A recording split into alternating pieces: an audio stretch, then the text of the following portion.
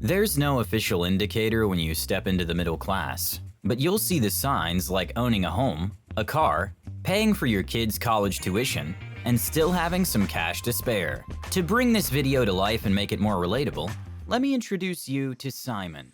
Simon is your typical Joe. He grew up in an average family.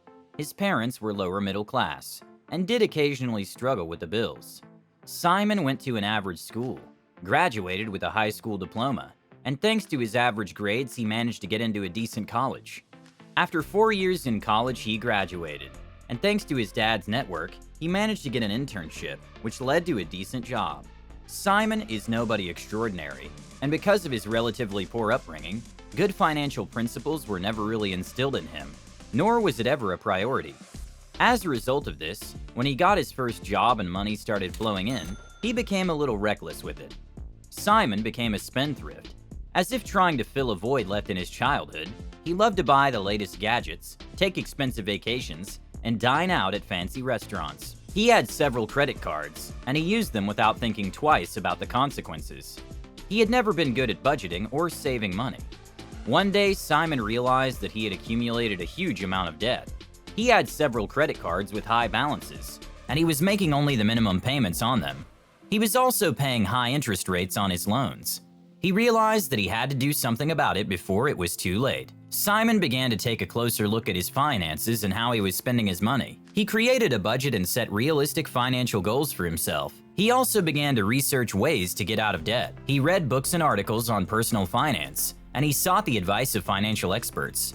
He started by cutting back on his expenses, such as eating out less and canceling subscriptions he didn't use. He also started looking for extra income opportunities, such as freelancing or renting a room in his house. He also made a plan to pay off his debts by starting with the credit card with the highest interest rate first, and then moving on to the next one. He also made sure to pay more than the minimum amount due on each card. Simon stuck to his plan and was able to pay off all of his credit card debt within a year. He also paid off his car loans and student loans. He felt a huge weight lifted off his shoulders, and he was proud of himself for taking control of his finances. With his debt gone, Simon was able to focus on saving and investing for the future. He set up an emergency fund, started contributing to his 401k, and even opened a Roth IRA.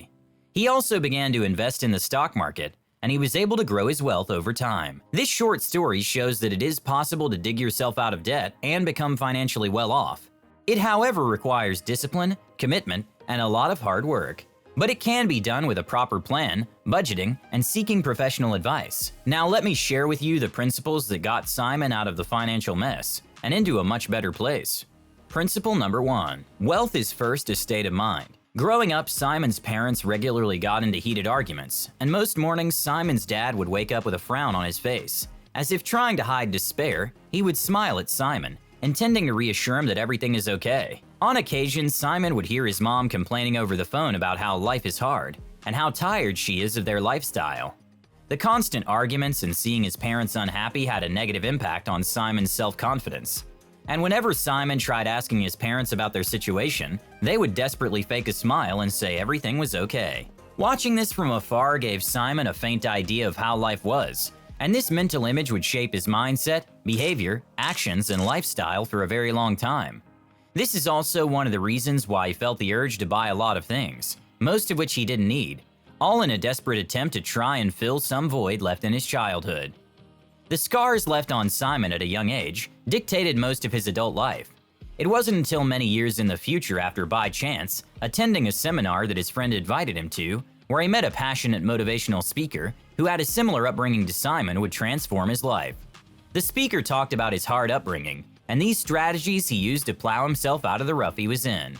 A key principle that Simon took from the speaker, telling yourself daily that you're worthy and deserving of success. You see, one of the key determinants of success is how did you see yourself? Do you see yourself successful?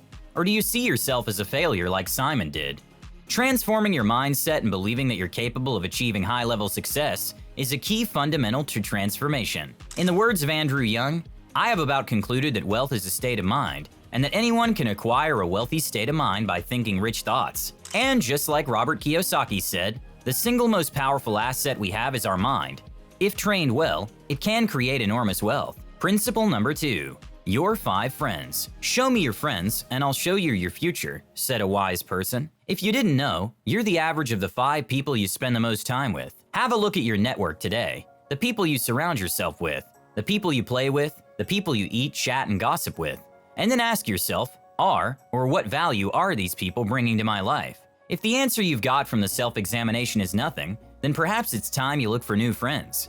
You should be prepared to leave or limit time with friends who add no value to your existence, and start hanging out with people who have a clear perspective on life, because your friends reveal a lot about your behavior. If you make new friends that think about how they'll turn every problem into an opportunity, you'll also desire to be like them. It's in the desire that new opportunities branch out and connections come through. If you're thinking that this isn't enough to dump your old friends and get better new friends, then remember what Aditya Mehta once said: "The mediocre have a very narrow perception of reality, and in turn their lives. They see things as they are, and not how they can be." Let me tell you a story. There's this girl I fell in love with, and just to put it out there, she's way better off financially than I am. Apart from her being so beautiful, I really loved the way she thinks. I could be sitting there telling her how stuck I feel, and she'll come up with an idea that she thinks will get me through. Even though sometimes I didn't go through with what she's offered, but in hindsight, it was really good advice. One time, when we both needed some extra money, but had no means of getting it, she came up with the idea of a challenge that we should each start a small business or venture and see who could come up with the most money by the end of the month.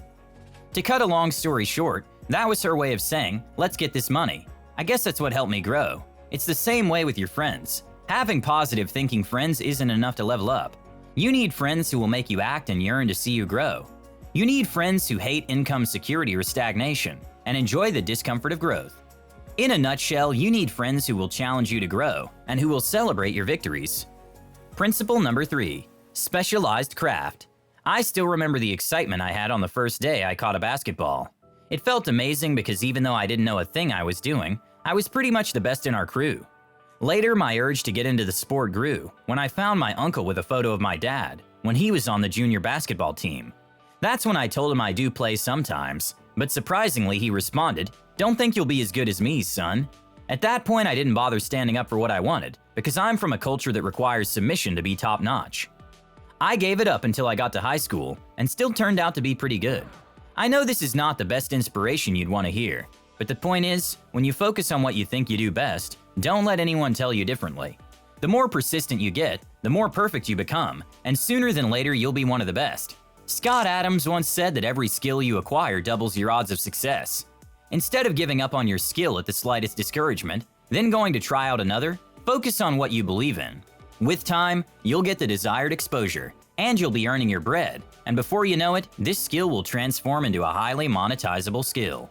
Principle number 4, be mindful of how you spend your time. When I pass through the neighborhood where I grew up as a kid, it still surprises me how everyone remains so calm, with no regard to how they spend their time. One time I thought maybe they were just satisfied with how they were living, but again I got the exact opposite answer. In fact, they really lament being there, but they don't know how to change and get out of it. One of the most valuable resources in the universe, that is universally distributed, an equal amount among all, is time. Time is the unarguably most valuable resource in the universe. All of us have 24 hours in a day, but not all of us use these 24 hours equally. Some waste it, some don't know what they have, and if you utilize it to its full potential. What do you do with your time? Think about it. This is probably the most important question in the universe. If you manage to utilize your time, educating yourself in a craft or skill, learning the fundamentals and principles, and finding real-world applications for it, and hopefully this is a skill that you can charge a lot for, and one that you enjoy too, then you're probably going to live a good life, knowing that one of the fundamental pillars for existence is taken care of. In conclusion, while many people have the privilege of being born into the middle class, others have to work their way up, which is totally understandable. There's no shame in wanting more than what you have. In fact, when you do get what you want, you'll be an inspiration to the rest. If you don't want the same results as last time, then follow the simple principles I've told you to transform your life, and hopefully generations to follow. Thank you so much for watching. And with that said, have a great day.